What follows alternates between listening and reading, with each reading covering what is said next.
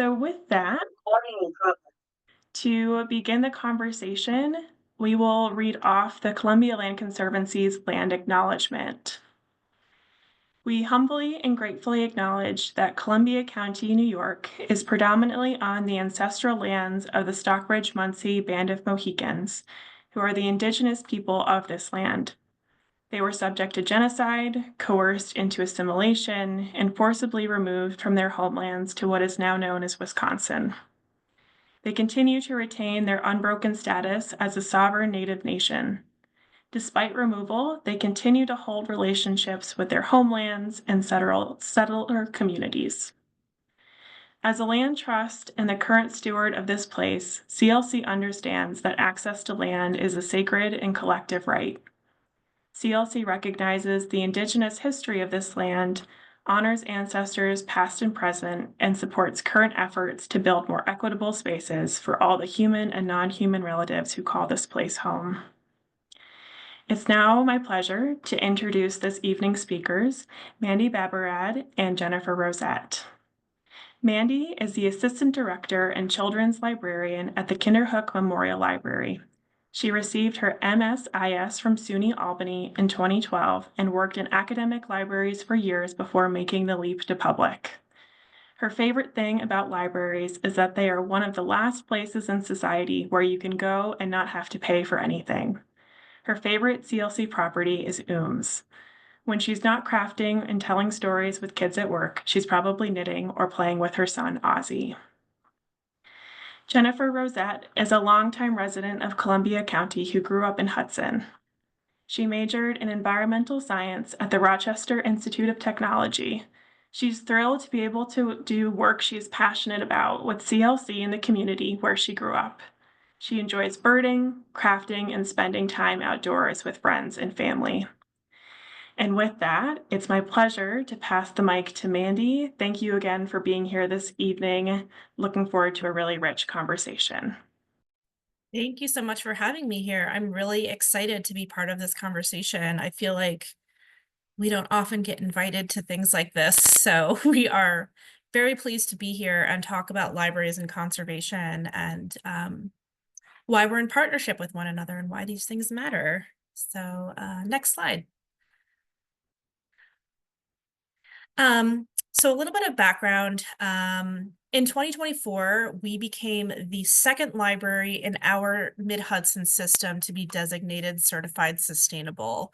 The Sustainable Libraries Initiative is a nationwide, I guess worldwide at this point, though mainly contained to North America, initiative to make sure that we are kind of looking at the bigger picture of our organization and, making sure that we're hitting, these main bullet points here, as you can see.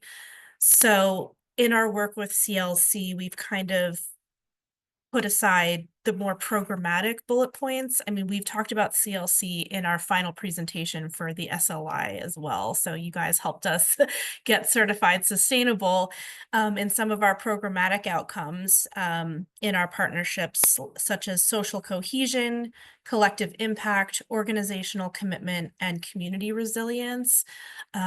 We also take in consideration our land use, our water use, materials management like waste and recycling, and financial sustainability. So we're on the same page as you guys and a lot of these bullet points, which was interesting to me because in thinking about this conversation, I was like, well, besides the programs that we've done together, I don't know where we're seeing eye to eye, but it's actually become so clear to me now that we're seeing eye to eye on way more than I possibly could have imagined. So we have 66 libraries in our system, as I said, and we were the second to be certified sustainable, with a lot of libraries following suit. And I've always told the other libraries kind of pursuing this certification that like your land trust, your local land conservancy is a great partner for this, and will help you kind of clarify, where you want to be with some of these bullet points here. Go ahead, next slide. So one of the more visible programs that we collaborate on is the backpack program. So we host 2 backpacks at our library that we keep alongside our nature exploration collection. Um, when you walk into the library, they're sort of the first thing you see, and a lot of people, ask questions about them. What is this? Can I take it out? We've actually had some backpacks used so lovingly that they can't be used any longer. So um, they really see the mileage. I mean, they're meant to be used, they're meant to be taken outdoors, they're meant to be beaten up. But they live alongside our nature exploration collection, which is a specialized collection of wildlife and nature and plant guides that sort of just seem like a natural place for them to live. Definitely conversation starters. The kids really love them. We've done some programming with these backpacks before. We've done some I forget what it was called, the bug one, the insect explorer backpack. We held a program in the summertime at OOMS, and it was a very special program because we had the kids that came for the program, but then we also just had like kids that just happened to be there, be like, "Hey, what you guys doing?" And just kind of like globbed onto the program, which was great. We love to have them. Um, but just being there visible with families and kids made the program seem so much more accessible because we had the nets out, we had little magnifying glasses, we had guidebooks out. Um, it was really great, and people can recreate that experience at home with these backpacks as well, which is wonderful. Next slide. As far as programming goes, Jenifer has been really instrumental in hosting programs for us. I would say 2 of our most successful programs that we've had are the cyanotaping, which is the treatment of watercolor paper with special chemicals that react with the sun. And this program is really special to us because we advertise them as all ages programs, which I can't think of any other programs that we have that attract kids, teens, tweens, adults, older adults, to come and just create art for a day and kind of work with the sun. Um, it's really an all ages program, and it's really great. And this is 2 of our library patrons, Sarah and her daughter Finley, who are showing off their finished products. We really love doing this program, and we hope to do it again in the future because it also uses plants from our pollinator and native plant gardens. So we get to talk about native plants and pollinator gardens with people, because we invite them to forage through our gardens, which maybe like, don't tell my director, he probably wouldn't like that, but I don't care. So I just think it's a really good, it's a really beautiful representation of our thoughtfully curated gardens, and people get to take something home, something really high impact for, not a ton of effort, but it looks beautiful and people love it. So we will continue to do this program, and Jenifer has been really instrumental in doing a lot of the legwork in treating the paper and explaining to people how this works, the science of it and how it works. Next slide, please. Another way that we've partnered with the CLC is through our summer reading challenges. Every year, nationally, there is a coordinated summer reading theme. And in the summer of 2024, it was Adventure Begins at Your Library. And all of the imagery was just like camping and being outdoors and exploring, and obviously Bigfoot. And we really encourage the kids that, yes, adventure does begin at your library, but it continues outside. So one thing that we did was hand off Nature Explorer booklets to 135 kiddos, I believe, got CLC materials in their summer reading folders, and we created these little hiking passports encouraging the kiddos to hike the 10 CLC properties. And they could win a prize for every property that they hiked. And we did have kiddos that did do like 2, 5, 6. But we had one champion who hiked all 10 CLC properties over the summer. So we designated him our summer reading adventurer. Ibrahim here, seen smiling with his little squirrel sticker and his nature explorer packet.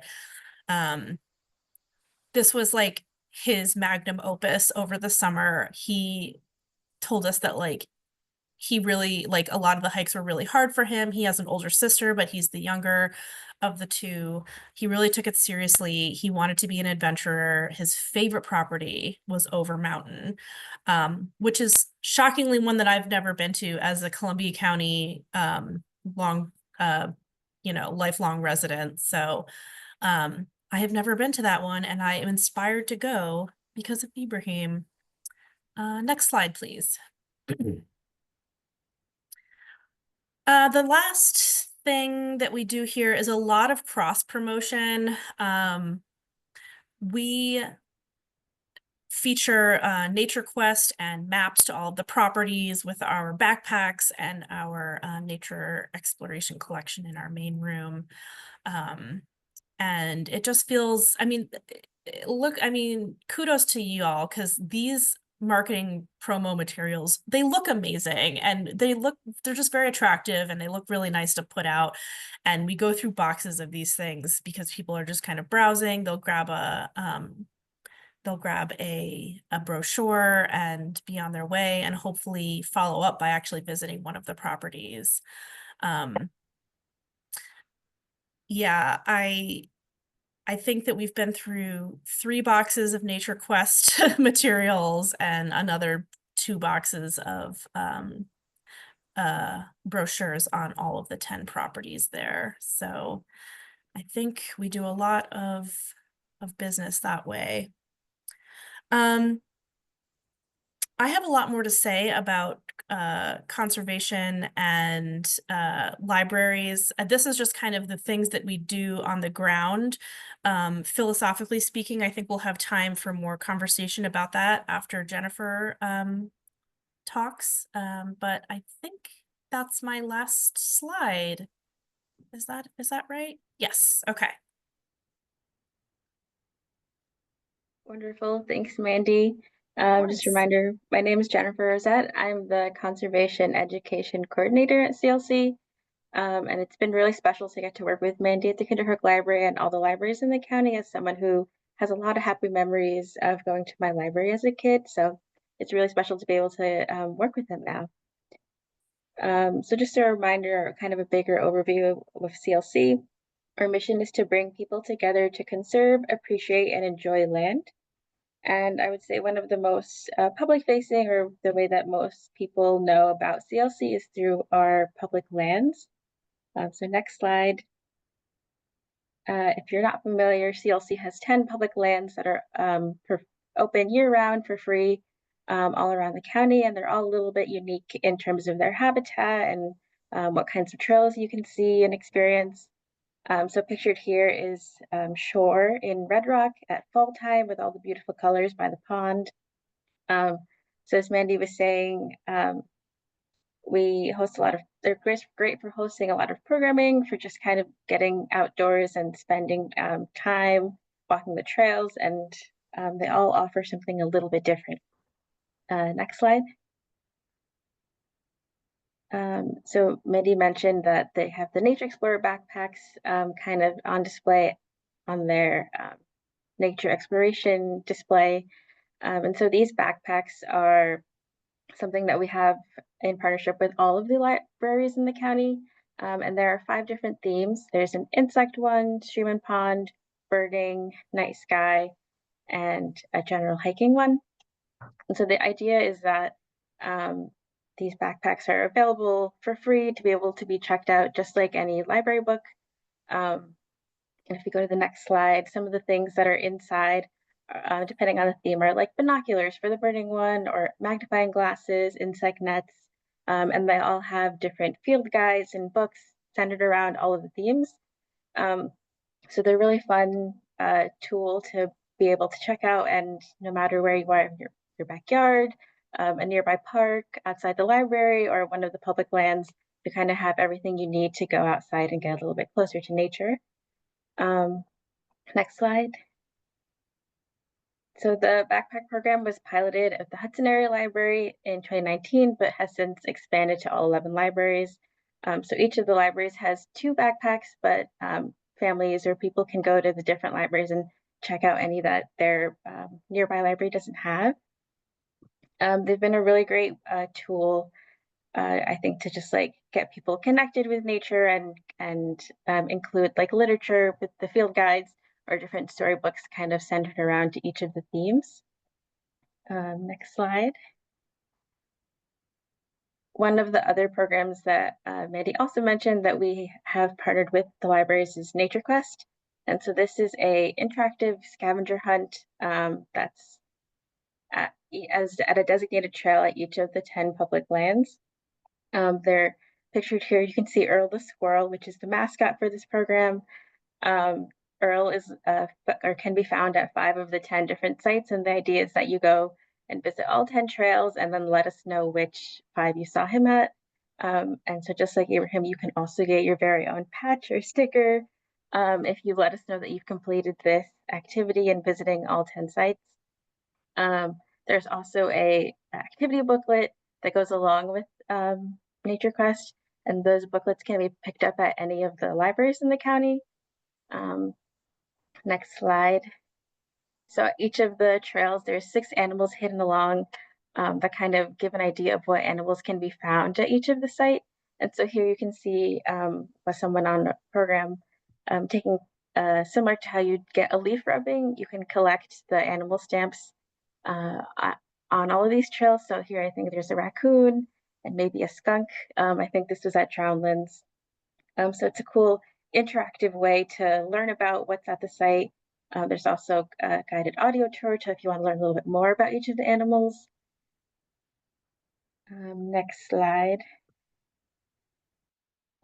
So the CLC really likes working with or partnering with libraries because the public CLC public lands, local parks, or even the library grounds have been a great place to utilize all of these programs.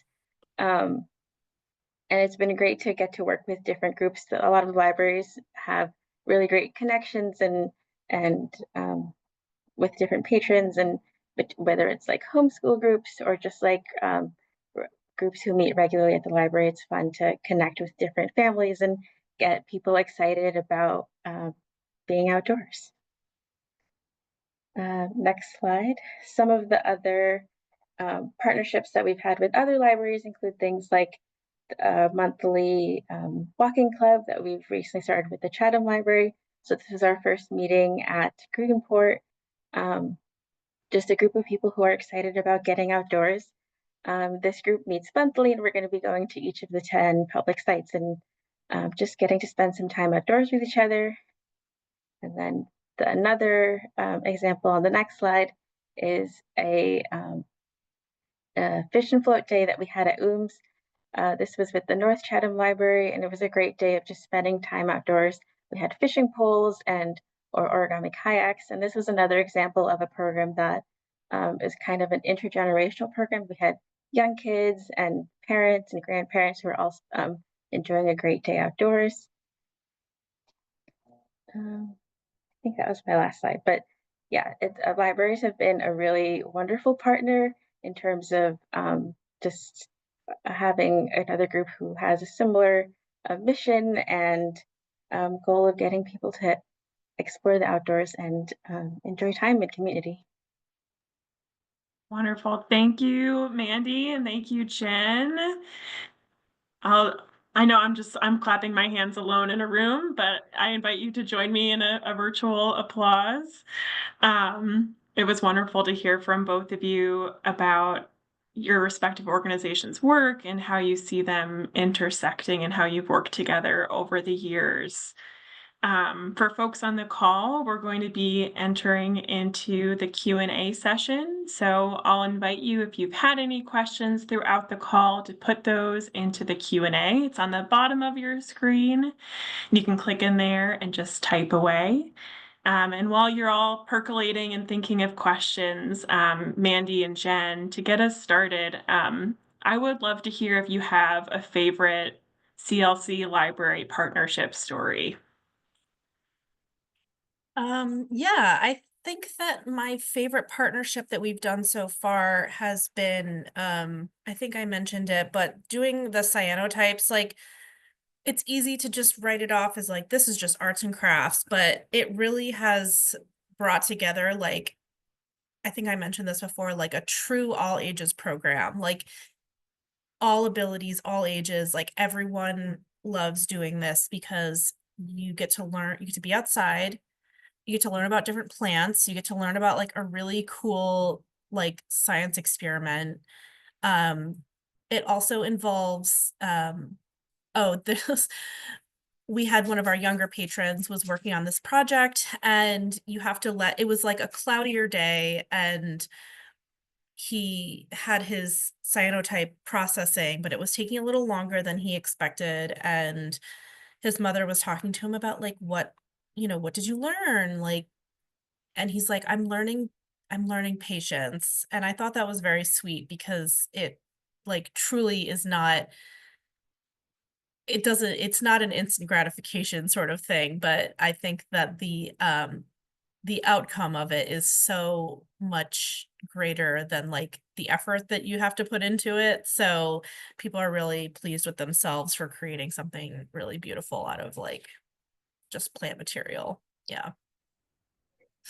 Yeah, I would say that that's always a special program to see at the end and get to see everyone go home with their bright blue, beautiful works of art.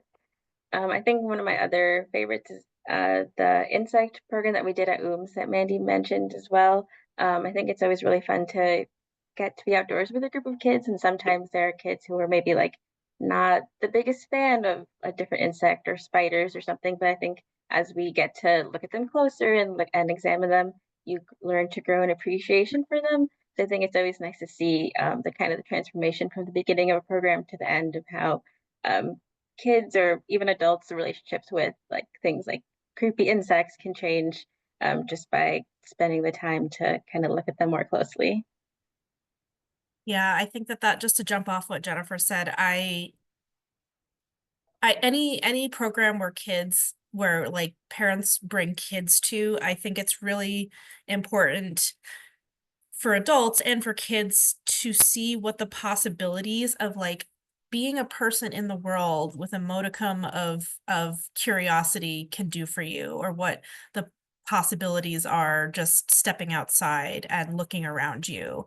um we're a library, so we deal in books and the internet and things like that, but we can be facilitators for so much more curiosity and exploration. And it's like really lovely to have the CLC as like an extension of our physical space here. Fantastic. Thank you both for sharing that. We have one participant who would, and speaking of like curiosity and looking to the outside world, they're wondering if you have any favorite nature books that you personally enjoy. Um, is this question for both of us or for me? I don't know. Both of you. Oh, Yeah. sure, yeah.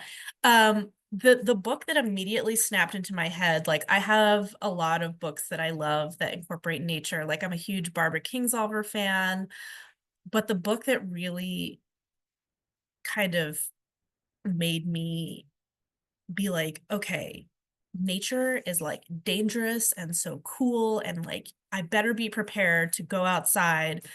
Um, is Hatchet by Gary Paulson. That's probably like the book that inspired me to, you know, take my role as like a human in the natural world more seriously, I guess.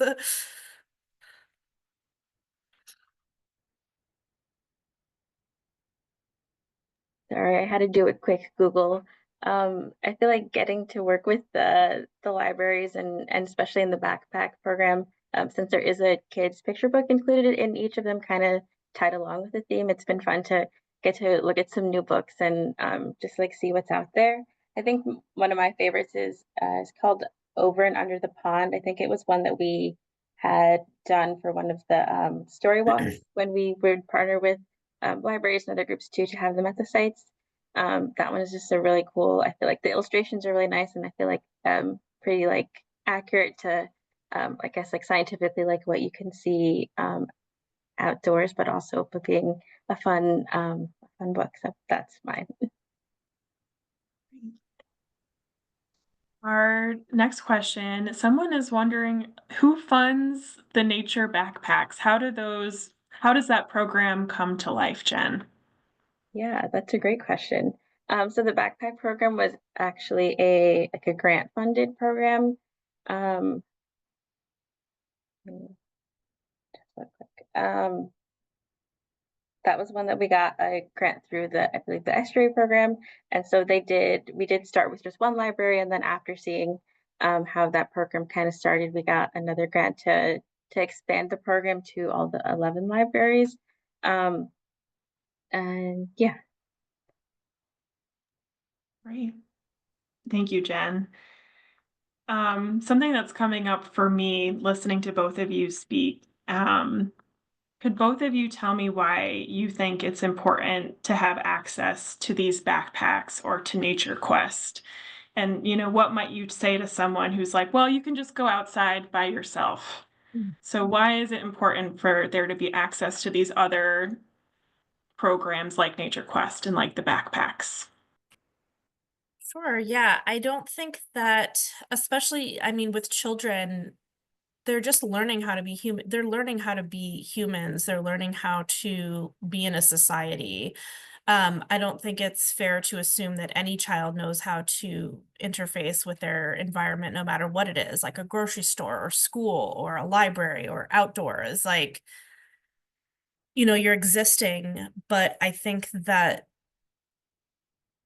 the backpack program and Nature Quest give them like a frame in which to interact with their environment. Which for children is really important because a lot of the times children will just explore and kind of look for new things, but not everyone will, and not every kid has been given the opportunity to do that. So any encouragement that they can get, I think is great. It's a little planting a little seed to kind of give them a vein of curiosity to follow. I think that's a really wonderful thing. Yeah, I would agree. And I think also say that I feel like for kids and even adults, like not everyone enjoys nature in the same way. I think having different opportunities to explore, if it's like a more guided thing like the Nature Quest or the backpacks where you can kind of go and like do your own thing once you have the materials. I think it's great to have those options. And I think also partnering with the libraries has been great in terms of getting the awareness for these programs out there because they are available and free. But getting to do programming with the library is a great way to kind of bring it to a bigger audience and to more people, and just get people aware that these are available and maybe a fun thing to do. Awesome. Thank you. I've heard both of you talk a lot about younger audiences, and one participant is wondering what programs and techniques have attracted participation by groups like teenagers, and what has been like a successful draw for a teen. And they also want to know what hasn't worked, what doesn't attract a teenage audience. And this could go to either of you. And I know, Mandy, I saw you shaking your head, so I'd love to hear your thoughts. Yeah, I think teens are a tough nut to crack because they're branching off into like their own niche interests. They're experiencing different degrees of independence depending on their age and where they are developmentally. Um, so we're really lucky at this library to have a full-time teen librarian um, who does a wonderful job with kind of engaging with teens.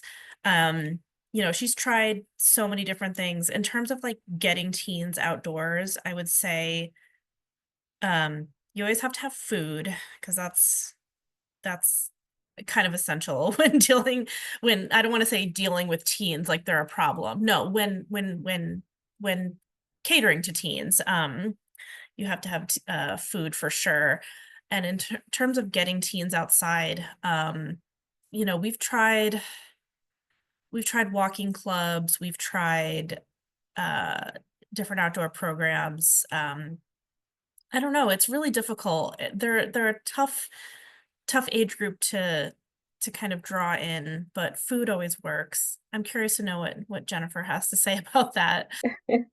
Yeah, I would definitely agree that they're just like it's a different experience than compared to working with a younger audience who just like I feel like tend to find almost anything really exciting if it's new. Um, I think we're like CLC is pretty lucky in that we work with different groups. So if it's um like just a group that kind of caters to teens and we're partnered with them, then they kind of just have the opportunity to come to one of the sites or kind of experience nature. We do have programming that's kind of for all ages offered throughout the year, and we sometimes get teens or younger adults coming to those. And that I think is more of just it's something that interests them and is available and then they will attend. I think um, yeah, I think partnership and just like having something kind of available throughout the year or all the time is probably the best way. But specifically having one program that is like only attended by teens, I don't think is super something that happens a ton. But um, I do think that like the cyanotype program or something like the fish and float event where it's something that could be exciting to anyone.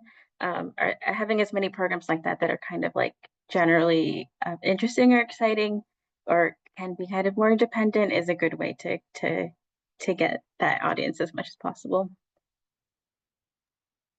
Wonderful, thank you. Jen, I know you mentioned just now the importance of partnerships, and this is a question for both of you, but can Jen, can you tell us about other partners that CLC has in the community? And then Mandy, maybe you could tell us about other partners who've been integral to your sustainability efforts. Yeah, I think we're really lucky to have a great community with a lot going on all the time. We've partnered a lot with different like summer camps and after school programs or different youth organizations in the community, like Kites Nest, Hudson Youth Department, and then in the summer, all the summer camps that are going on. We also have a partnership with the Hudson High School. So one of the AP Science classes is actually doing a salamander study at Greenport that has been ongoing for a few years. So it's really fun to get to work with a bunch of different groups and all kind of on varying topics.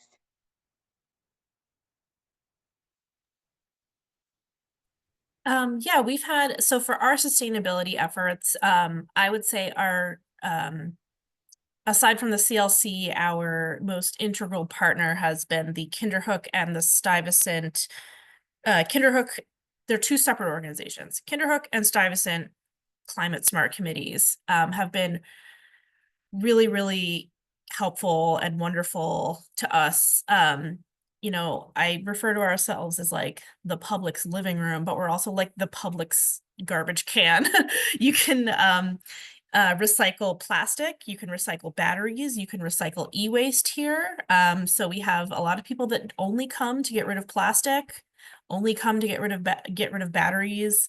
They've sponsored programs for us. If you see like a very stylish Trex bench around Kinderhook or Stuyvesant, that was made due to our community's contributions of plastic, recyclable plastic. I think we're up to like 6, 7 benches now. I don't know. I think every bench was like 500 to 1,000 pounds of plastic. So that just goes to tell you that like there's a lot of plastic. Batteries, e-waste. We have a 3-bin composting system now. So the library does all its own composting, which the Climate Smart Committee has been, and our own Building and Grounds Committee has been super helpful in like teaching us how to use it, what composting is all about. That partnership has been really nice, really key for us in keeping our commitment to our sustainability efforts. This next one is for Mandy. Someone is wondering if there are any conservation book presentations or round tables or panels that happen at the library. There has been. We've had a couple of local authors come and talk about conservation and sustainability. I wish that I had them written down, but we had one about the Hudson Valley, conservation in the Hudson Valley last summer, over the summer, I want to say. We've had some, I believe it was the Stuyvesant Climate Smart Committee that had a panel discussion on I guess a pretty controversial conservation figure, but it was it was an open panel. They had a panel, and then community members could also come and talk about. I don't remember the person's name or the video that they were viewing as to proceed the panel discussion, but we're always looking for people to come chat about books that they've written, interests that they have.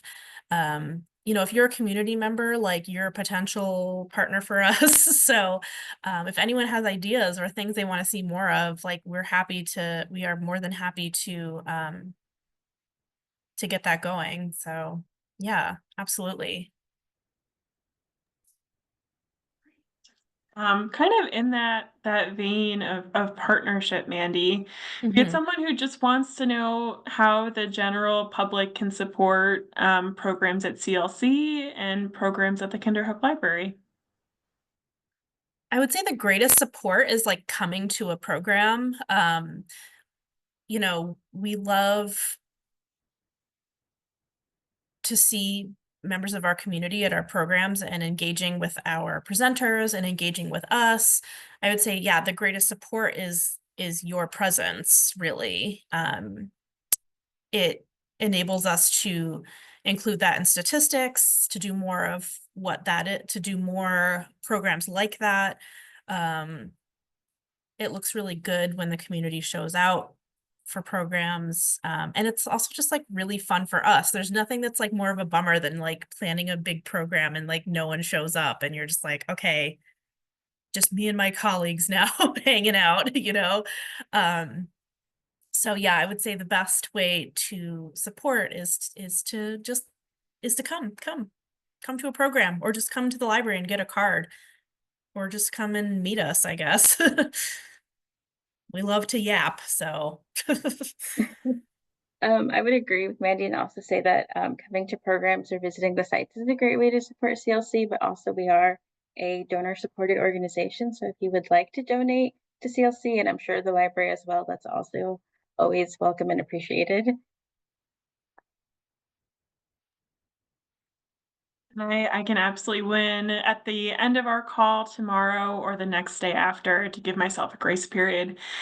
You'll receive an email that has a link to this conversation, but it will also have resources, ways to get involved, a link to the Hatchet, the book that Mandy mentioned.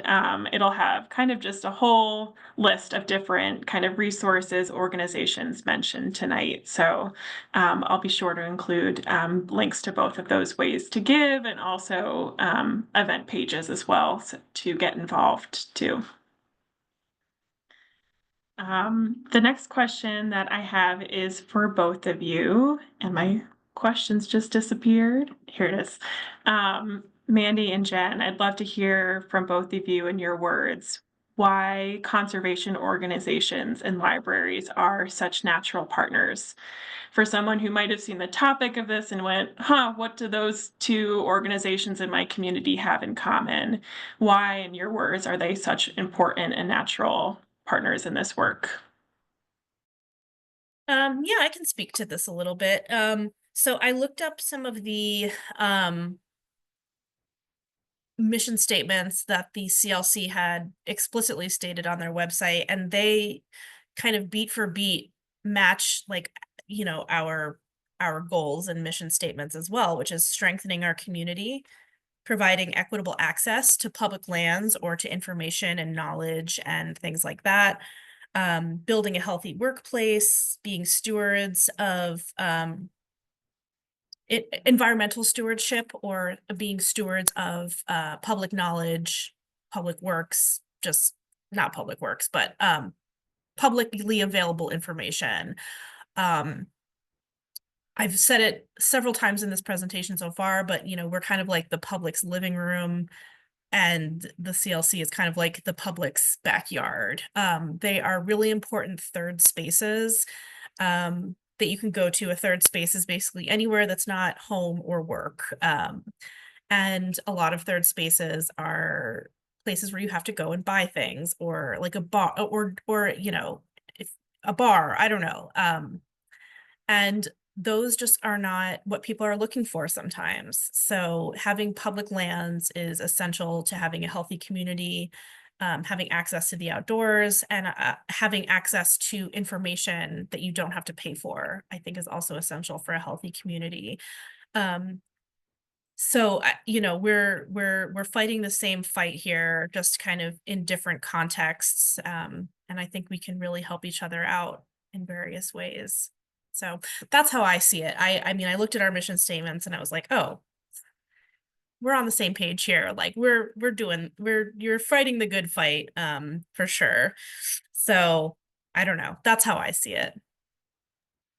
Yeah, I would agree with Mandy and say that our missions are pretty aligned and we have a lot of similar goals, but also just like to highlight the Kinderhook Library and all the libraries I would say in the county are such great, important like community spaces.